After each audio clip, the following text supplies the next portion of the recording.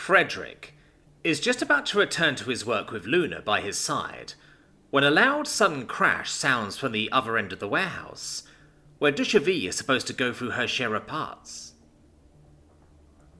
He can make out a few faint curses being thrown around, and a few more smaller impacts follow. "Frederick!" Tshirt suddenly shouts across the hall in a panic. "That's my signal." He jumps to his feet and starts running over, Luna speeding past him to aid the reptilian's rescue. "Tshirt, everything good?" he calls out, as he passes the scrap loader. Tshirt strains and groans in the distance before she answers. "Just get your ass over here," she replies with urgency. A few moments later, he and Luna arrive at the scene.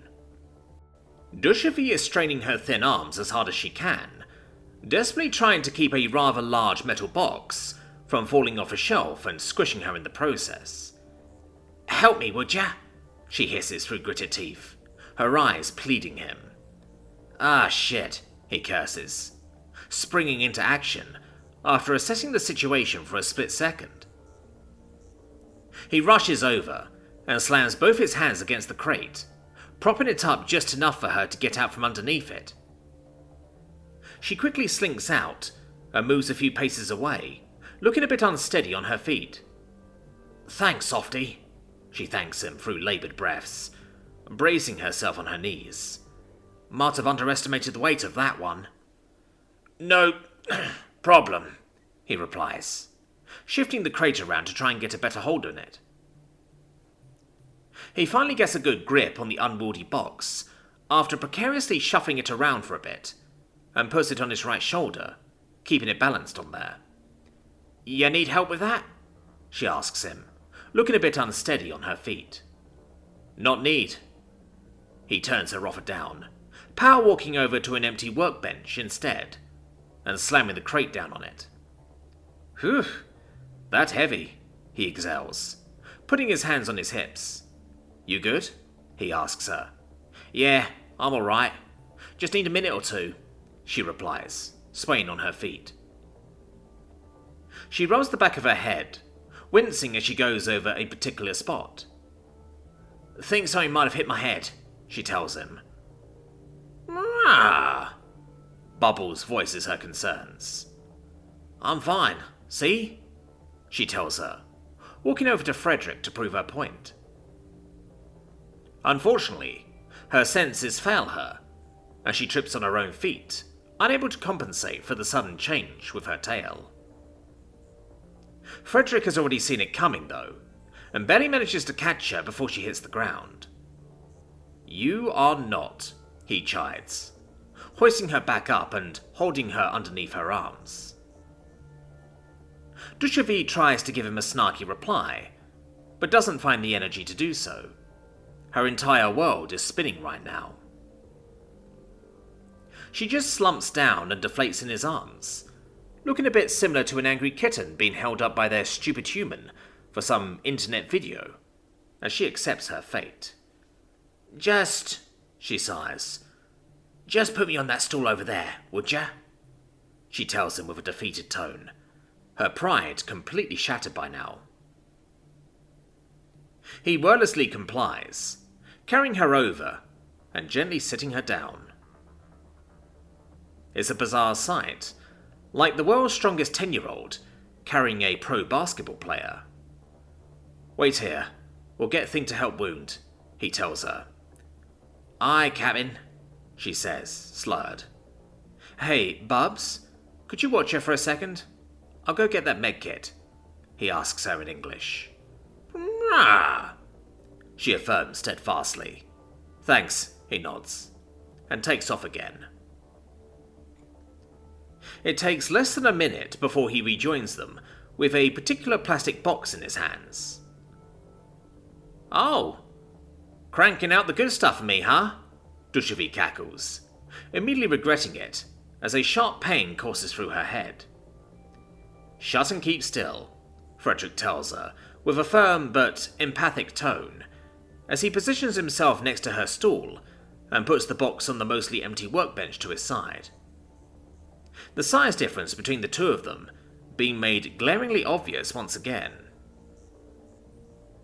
He was kind of getting used to her and Kroganar being around 1.5 times his height, or even larger in the warrior's case, but barely being able to see the top of her head while she is sitting down. Now that really hit it home for him. "Yes, sir," she gives him a mock salute, slouching subtly to make his job a bit easier. He doesn't notice her noticing though, and simply gets to work, none the wiser, as he unlocks the latches on the medkit. Luna nudges his hip as he opens the plastic box. "Oh, you want to help me out?" he asks her in English. She nods vigorously. Such an angel. He briefly pets her head. "Then grab me that little white pack and that bottle over there."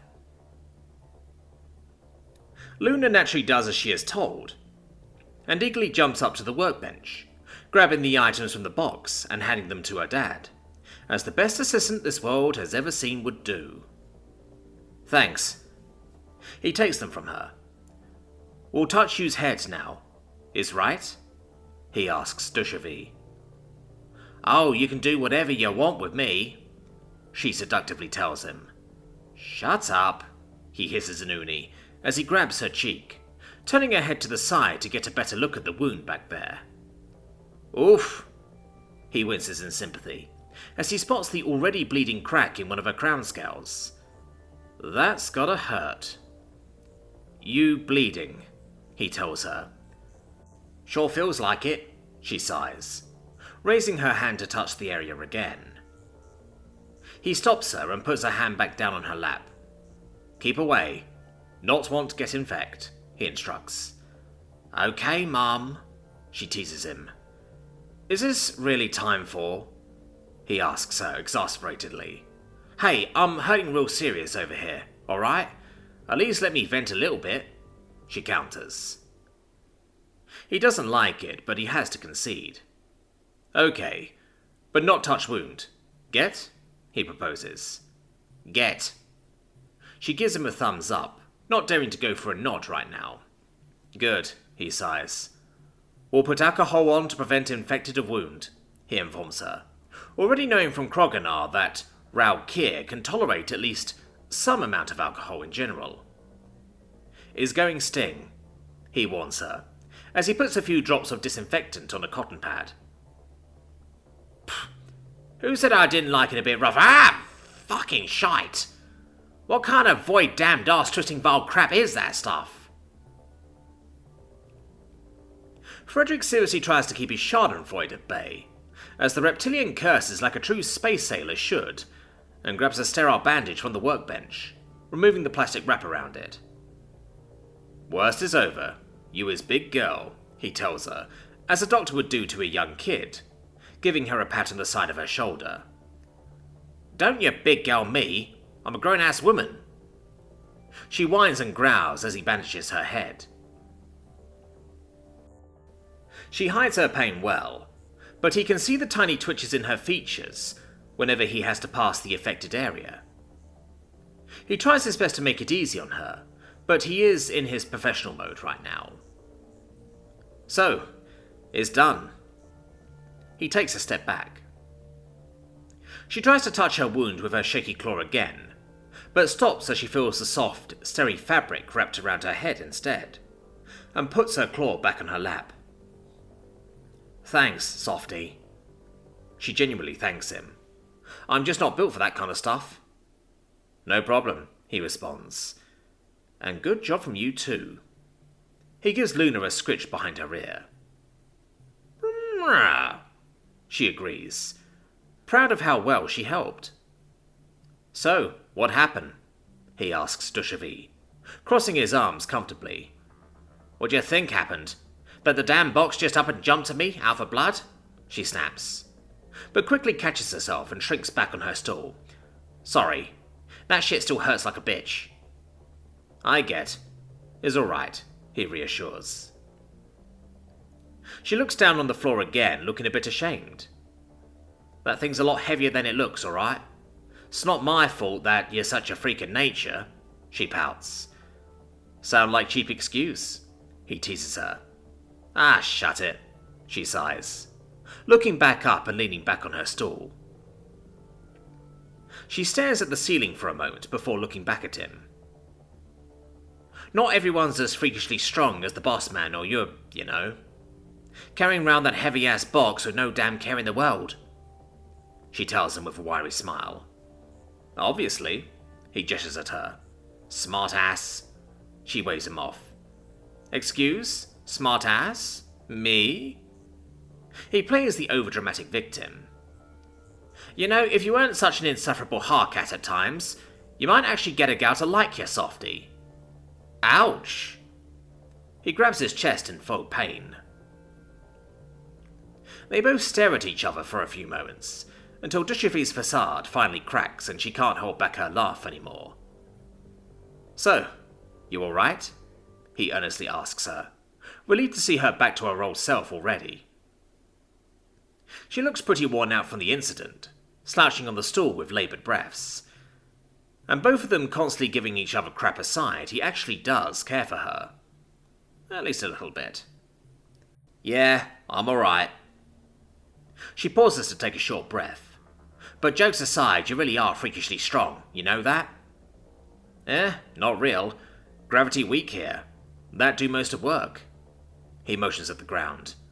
And I's actually pretty weak now. You? Weak? She asks him, disbelieving, unable to imagine what he would consider strong, if that was the case. He nods. No shit, she asks, trying to see through any possible lies. Yep, not shit. He motions down at himself and shows her his skinny upper arms. Not get near enough food for many weeks and lose lots of weight and fat. Muscle. Might even have die soon if not find you. Oh, I didn't know that, she tells him sympathetically. Hearing that makes her regret a few things she might have said to him during the past few days. Not bad thing, he shrugs. Going to eat only a little bit for a few more days because else might be danger for me. But soon we'll be able to eat normal again. Cannot wait until can eat more. Food Kareem makers taste real good, he smiles. You're a tough one, softy, she tells him. Me? No, he laughs. Sometimes just have to do thing even if not want to. This was time like that, either give up or keep struggle. It's simple. My point still stands, and I'm sorry you had to go through that, she tells him, averting her gaze. Thanks. But bad time are over, right? Have move onward, not stay in past. Yeah, I'll down to that. She pats Luna on the head, who has been steadfastly watching her the whole time. Thank you too, you fuzzball. The fuzzball proudly replies. Just as cocky as her dad, I see, she jests, giving him a side-eye. Oh? Ready for another round? Nah, keep it to yourself for now. And there's something I wanted to tell you, by the way. Oh? He unfolds his arms, gesturing for her to continue. It's also the reason why I tried to grab that damn box in the first place, you know? Wanted to help you get a good price when you sell all the things that you might want to part with. Can't have too many credits. She gives him a greedy grin. You would? He asks her, genuinely surprised by the offer. Well, if you and the boss man are here to get the heavy lifting done, then I've got to make myself useful in some other way, no? Makes sense, he concedes. Ha! You might actually have something other than solid bone up in there. Scales, he warns her. Alright. I'll stop. For now. She grins dangerously. That woman's impossible. He shakes his head. Let me rest a bit more and we'll be on our way, alright? I know a good place where you can get rid of your scrap and all that other stuff you want to part with. The guy might even have a few useful things in store for you. Luna asks her father. Of course I'll ask her, he whispers in response. Can Luna come with? She wants see. He relays her question to Duchovy. Of course she can. That was the plan to begin with. Might give us a little advantage when it comes to negotiating the price. She cackles.